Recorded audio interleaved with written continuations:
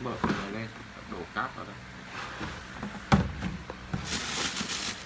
Ây da.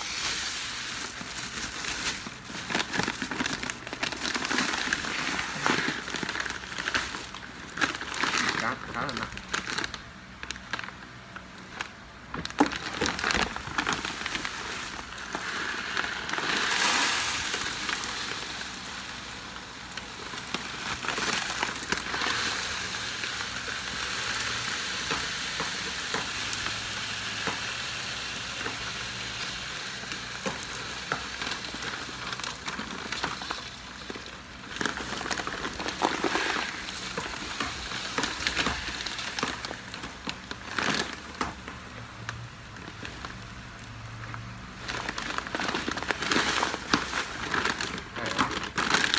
Khá là lớn nên mình thấy là khá là tốn cát.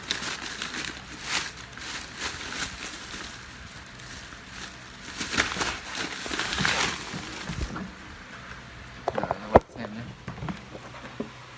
Tên đấy, tốn cát là như thế.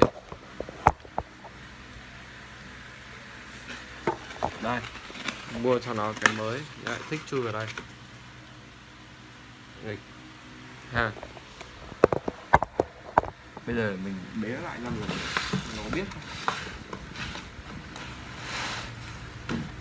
Mimi à?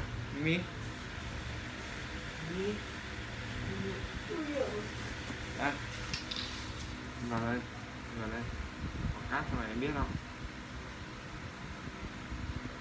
Vẫn chưa biết các bạn. Vẫn còn sợ. Nó có cả đồ chơi này. Ten.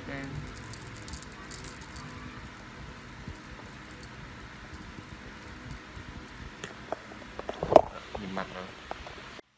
Đây. Có đồ chơi nó chẳng mày may, nó chẳng cần chơi.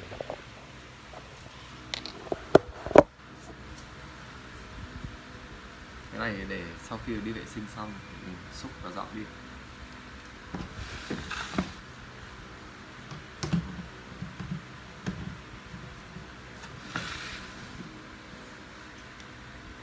Đi, này nó có quà.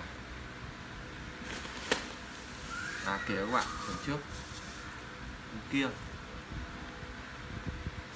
mình với muộn rồi, mình đi ngủ, mình mới ra đi rửa mặt đánh răng. Lúc quay vào thì không để ý nó chạy luôn ra cửa lúc nào không biết. Cả đêm nó ở ngoài. Sáng ra mình dậy đánh răng rửa mặt, mình thấy nó dò kêu meo meo ở trước cửa. Nhưng mà mình biết là cả đêm nó ở ngoài, chân tay thì lấm lem bẩn thỉu, đen xì.